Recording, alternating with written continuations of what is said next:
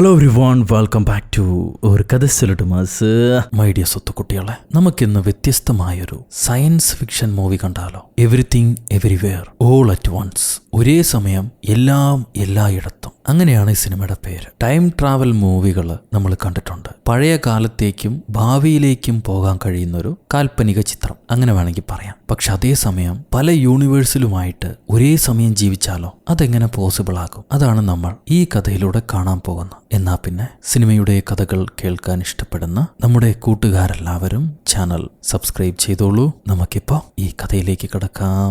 ഈ സിനിമയുടെ തുടക്കത്തിൽ അമേരിക്കയിൽ താമസിക്കുന്ന ഒരു ചൈനീസ് കുടുംബം. അമ്മയുണ്ട്, അച്ഛനുണ്ട്, ഒരു മോളുണ്ട്, പിന്നെ ഒരു അപ്പൂപ്പനും. മിഡിൽ ക്ലാസ് കുടുംബമാണ്. ലോണ്ടറി ഷോപ്പും കൊണ്ടാണ് അവരുടെ ഉപജീവനം. ഞാൻ എന്ത് ചെയ്താലും എന്റെ അച്ഛന് ഇഷ്ടപ്പെടുന്നില്ല എന്ന് അമ്മച്ചി പറയും. ഭർത്താവ് സമാധാനിപ്പിക്കുകയാണ്. എനിക്കറിയാലോ നീ എത്രമാത്രം ഈ കുടുംബത്തിന് വേണ്ടി കഷ്ടപ്പെടുന്നുണ്ടെന്നുള്ളത്. അതിനി മറ്റാരെങ്കിലും പറഞ്ഞിട്ട് വേണം അറിയാം. ഞാൻ നിന്നിൽ അഭിമാനിക്കുന്നുണ്ട് എന്ന് ഭർത്താവ് പറയും. അത് കഴിയുമ്പോൾ മോളെ കാണിക്കുന്നു. മോൾ ഒരു ലെസ്ബിയനാണ്. ഒരു പെൺകുട്ടീനെയാണ് അവൾക്ക് ഇഷ്ടം. എന്നാൽ അവളുടെ കുടുംബം ഇത് അക്സെപ്റ്റ് ചെയ്യാൻ തയ്യാറില്ല. അമ്മ ഇത് ഏറ്റെടുക്കാൻ തയ്യാറില്ല. പഴയ ചൈനീസ് കൾച്ചർ ആയതുകൊണ്ട് തന്നെ അവർക്ക് ഈ മുൻ ചിന്താഗതിയോട് പൊരുത്തപ്പെടാൻ കഴിയുന്നില്ല. തന്റെ പാർട്ട്ണറെ അവള് വീട്ടിലേക്ക് വിളിച്ചോണ്ട് വന്നിട്ടുണ്ട്. എന്നാൽ അമ്മയ്ക്കത് ഇഷ്ടപ്പെടുന്നില്ല. ഞാൻ രണ്ടുപേർക്കേ ഭക്ഷണം ഉണ്ടാക്കിയിട്ടുള്ളൂ, ഇനിയിപ്പോൾ ഒരാൾക്കും കൂടി ഉണ്ടാക്കാനൊന്നും എനിക്ക് വയ്യാന്ന് പറഞ്ഞ് ദേഷ്യപ്പെട്ടവര് മാറിപ്പോകും. എന്നാലും ഞാൻ എല്ലാം പറഞ്ഞ് ശരിയാക്കാന്ന് പറഞ്ഞിട്ട് മോള് പാർട്ട്ണറെയും വിളിച്ചോണ്ട് വരുന്നുണ്ട്. എല്ലാവർക്കും ഭക്ഷണം വിളമ്പി കൊടുക്കുന്നു. ഭക്ഷണം കഴിച്ചുകൊണ്ടിരിക്കുമ്പോൾ ആ ഗേൾഫ്രണ്ട് പറയും മോളോട്, അമ്മയോട് ചെന്ന് പറയും അനുവാദം വാങ്ങിക്കുന്നു. ഇവൾ അമ്മയുടെ പുറകെ ചെന്ന്,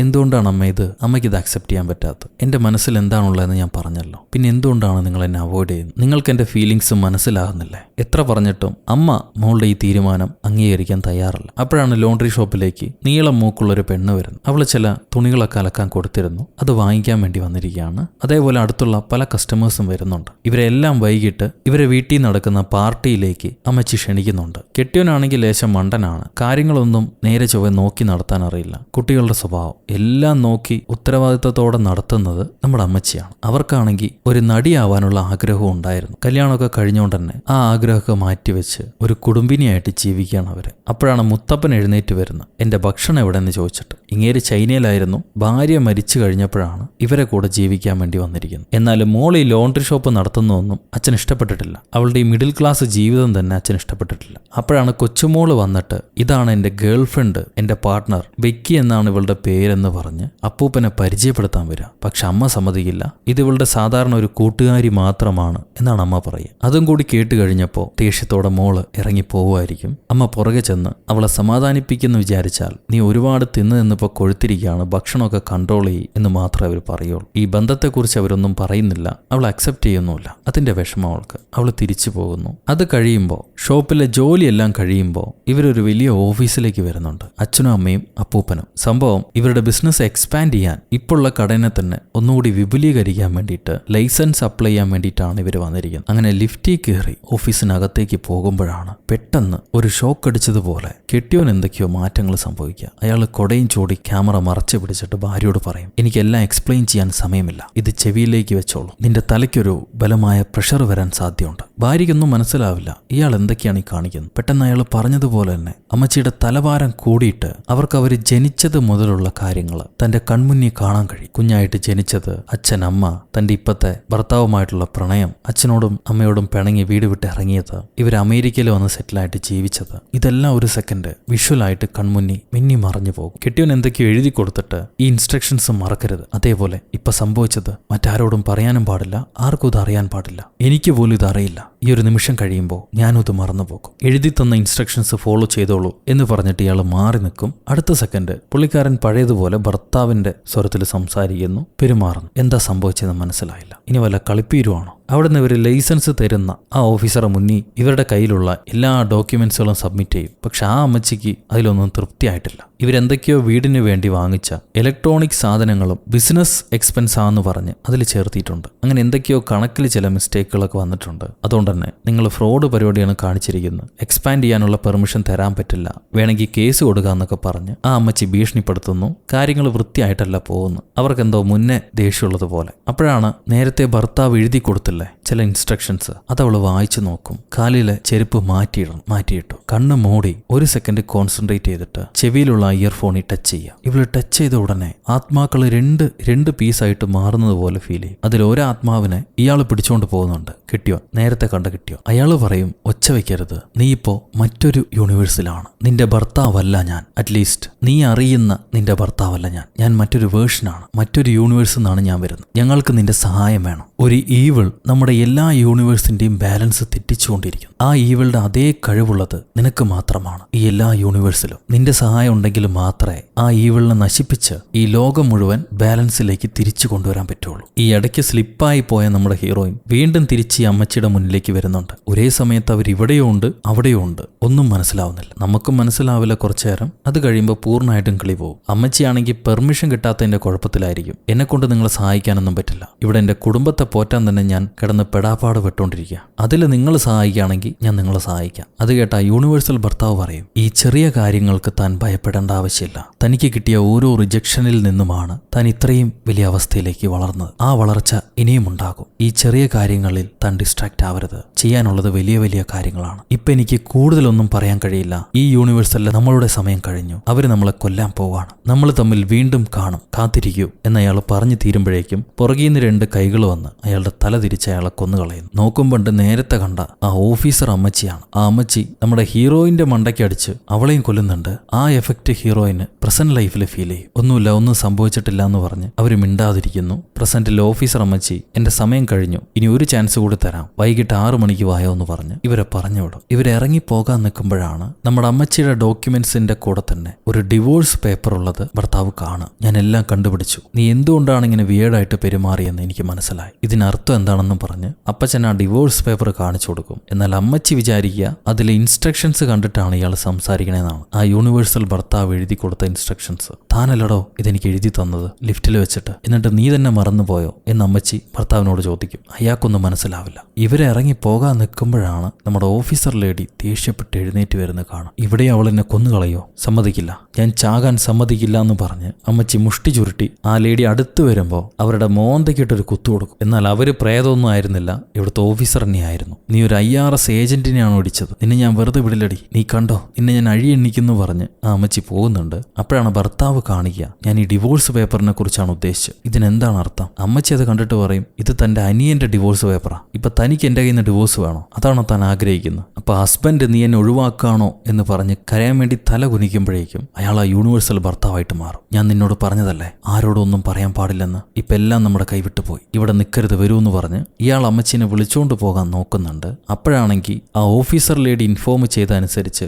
സെക്യൂരിറ്റിക്കാർ അങ്ങോട്ട് കയറി വന്നിട്ടുണ്ടാകും. ഇവര് 3 പേരെയും നിലത്ത് മുട്ടുമടക്കിയിരിക്കാൻ പറയുന്നു, കീഴടങ്ങാൻ പറയുന്നു, കൈകൾ വിരിച്ച്. പക്ഷെ നമ്മുടെ ചൈന ഡാഡി അങ്ങേര് മാത്രം കീഴടങ്ങാൻ തയ്യാറില്ല. പുള്ളിക്കാരൻ ബാഗിൽ നിന്ന് ഒരു ലിപ്സ്റ്റിക് എടുത്തിട്ട് അത് മൊത്തമായിട്ട് വായിലിട്ട് കടിച്ച് തിന്നാൻ തുടങ്ങും. അടുത്ത സെക്കൻഡ് പുള്ളിയുടെ ഭാവമൊക്കെ മാറി. പാവം മനുഷ്യനായിരുന്ന ആളൊരു ജാക്കി ജാനായിട്ട് മാറി എല്ലാ സെക്യൂരിറ്റികളെയും അടിച്ചിടും. എന്നിട്ട് അമ്മച്ചിനെയും പൊക്കിയെടുത്തിട്ട് പോവാണ് അവിടുന്ന്. ഈ നേരം ആ റവന്യൂ ഓഫീസിൽ അടിയും ബഹളവും ഉണ്ടായതിന്റെ ന്യൂസ് TV കൂടെ ടെലികാസ്റ്റ് ചെയ്യുന്നുണ്ട്. അത് നമ്മുടെ മോളും അവളുടെ കൂട്ടുകാരിയും ബാറിൽ ഇരുന്ന് കാണുന്നുണ്ടാകും. ഇത് കണ്ട മോള് അവിടുന്ന് ദേഷ്യപ്പെട്ട് ഇറങ്ങിപ്പോകുന്നുണ്ട്. എന്നാൽ അവളുടെ മുഖത്തിന് എന്തൊക്കെയോ ഒരു മാറ്റം പോലെ. ഇവിടെ പോലീസുകാരുടെ നിന്ന് രക്ഷപ്പെടാൻ വേണ്ടി അമ്മച്ചി അപ്പച്ചനും ടേബിളിനടിയിൽ കയറി ഒളിക്കുന്നു. അപ്പൊ അമ്മച്ചി പറയും, എന്റെ ഡാഡി എവിടെ? എന്റെ ഡാഡിയെ മറന്നുപോയി, അച്ഛൻ അവിടെ കളഞ്ഞിട്ടാണോ ഞാൻ നിന്റെ കൂടെ വന്ന്? അയാൾ പറയും, അച്ഛൻ ഒരു കുഴപ്പമില്ല, അച്ഛനിപ്പോ ഐസ്ക്രീം നക്കിക്കൊണ്ടിരിക്കുകയാണ്, എനിക്ക് പുള്ളിയെ ട്രാക്ക് ചെയ്യാൻ പറ്റുന്നുണ്ട്. പുള്ളിക്കാരൻ മൊബൈൽ പോലത്തെ ഒരു ഡിവൈസിൽ ഇവർക്ക് എന്താണ് സംഭവിക്കണമെന്ന് കാണിക്കും. ഒരുപാട് യൂണിവേഴ്സുകളുണ്ട്. അവിടെയെല്ലാം ഇവരെ പോലെ തന്നെയുള്ള മറ്റു പല ജീവിതങ്ങളും ജീവിക്കുന്ന മനുഷ്യരുണ്ട്.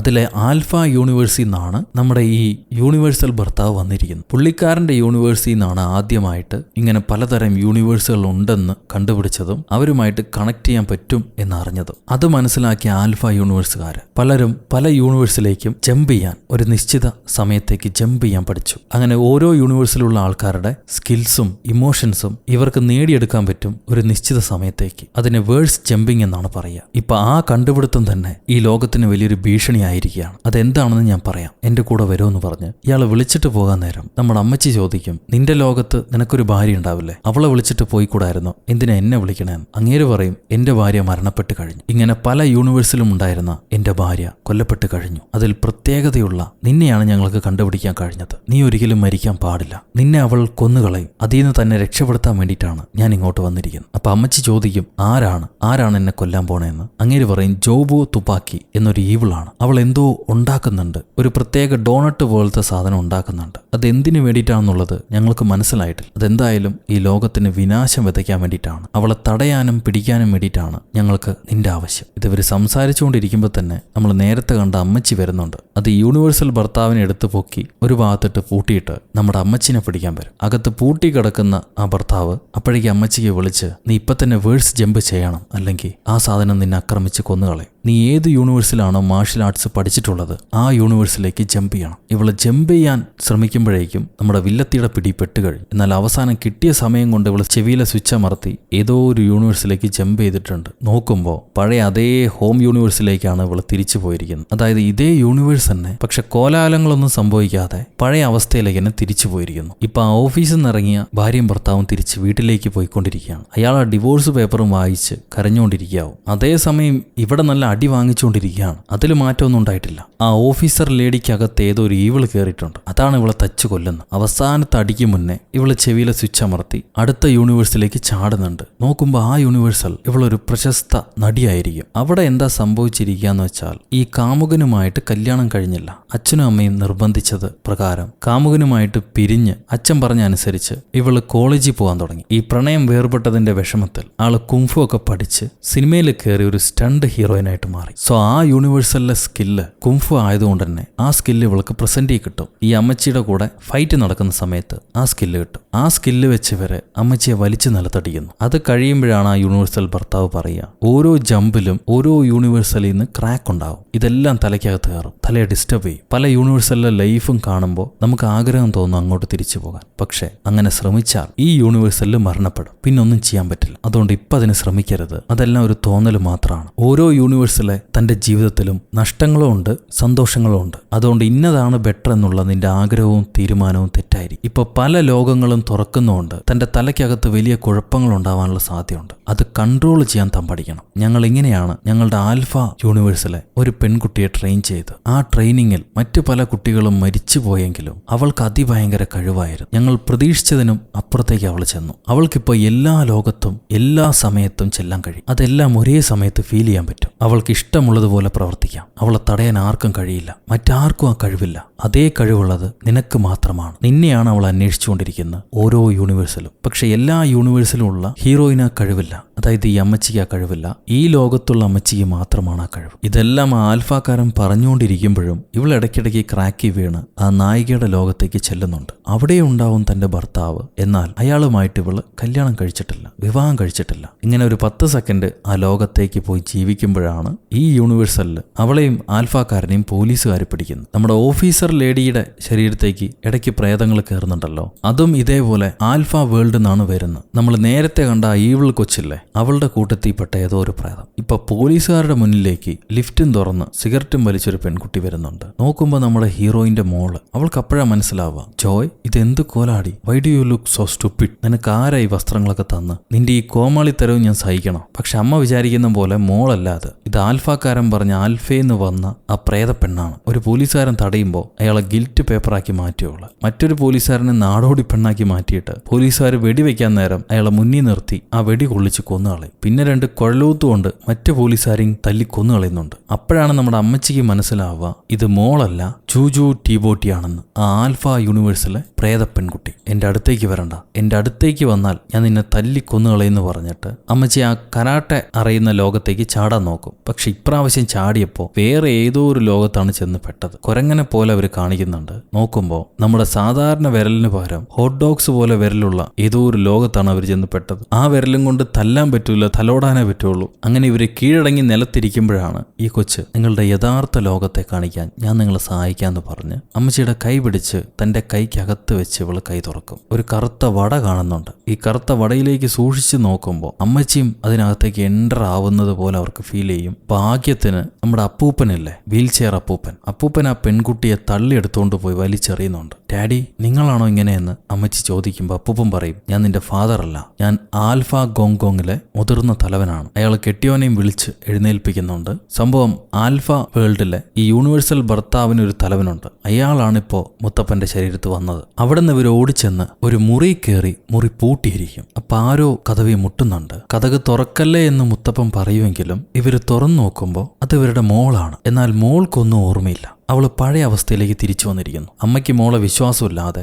അമ്മ മോളെ ചേറിയിരുത്തി പ്ലാസ്റ്റർ കൊണ്ട് ചുറ്റിവെക്കും. ഈ നേരം കൊണ്ട് അപ്പനും എല്ലാം മറന്നുപോയിരിക്കുന്നു. സോ ഇവര് രണ്ടുപേരെ ഇരുത്തിയിട്ട് അമ്മ എക്സ്പ്ലെയിൻ ചെയ്തു കൊടുക്കുകയാണ്, നിങ്ങൾക്കൊന്നും ഓർമ്മയുണ്ടാവില്ല, നിങ്ങൾ രണ്ടുപേരും ചെയ്തു കൂട്ടിയ കാര്യങ്ങളാണ് നിങ്ങൾക്ക് ചുറ്റും സംഭവിച്ചിരിക്കുന്നത്. മറ്റൊരു ലോകത്തിൽ നിന്ന് നിങ്ങളെപ്പോലുള്ള ആൾക്കാർ തന്നെ നിങ്ങളുടെ ശരീരത്തിലേക്ക് കയറി നിങ്ങളെ കൺട്രോൾ ചെയ്താണ്. അമ്മച്ചി പറയുന്ന ഒന്നും മോളോ ഭർത്താവോ വിശ്വസിക്കുന്നില്ല. അപ്പോഴാണ് അപ്പൂപ്പൻ അമ്മച്ചിയെ വിളിച്ചിട്ട്, നിനക്കിനി ചെയ്യാൻ പറ്റുന്ന ഒരു കാര്യമേ ഉള്ളൂ, നിന്റെ മകളെ കൊന്നുകളയുക. നിന്റെ മകളെ കൊന്നുകളഞ്ഞാൽ ആ ടുക്കുടു ഈവിളിന് നിന്റെ മകളുടെ ശരീരത്തേക്ക് പ്രവേശിക്കാൻ പറ്റില്ല. അങ്ങനെയാണെങ്കിൽ ഈ ലോകത്തേക്ക് അവൾക്ക് വരാനേ കഴിയില്ല. അവൾക്ക് വരാൻ കഴിയാത്ത ഈ ലോകത്ത് നിന്നും അവളെ തകർക്കാൻ നമുക്ക് പ്ലാൻ ചെയ്യാം. അതുമാത്രമേ ഇപ്പോൾ വഴിയുള്ളൂ. ഈ യൂണിവേഴ്സലിനെ രക്ഷിക്കാൻ വേണ്ടി താൻ തന്റെ മകളെ കൊന്നുകളയണമെന്ന് അപ്പൂപ്പൻ പറയും. എന്നിട്ട് ചെറിയൊരു പേനാക്കത്തിയും കൊടുക്കുന്നുണ്ട്. എന്നാൽ അമ്മച്ചിക്ക് കഴിയുന്നില്ല, തന്റെ മകളെ കൊല്ലാൻ കഴിയുന്നില്ല. അവര് ടേപ്പാണ് വെട്ടിക്കളയുക. സോ അമ്മച്ചി മകളെ കൊല്ലാത്തതുകൊണ്ട് അപ്പൂപ്പൻ അമ്മച്ചിക്ക് നേരെ തോക്ക് ചൂണ്ടി, നീ കാരണമാണ് ഈ ടുക്കുടു ഉണ്ടായത്, നീയാണ് അതിന് ഉത്തരവാദി. അധികം വൈകാതെ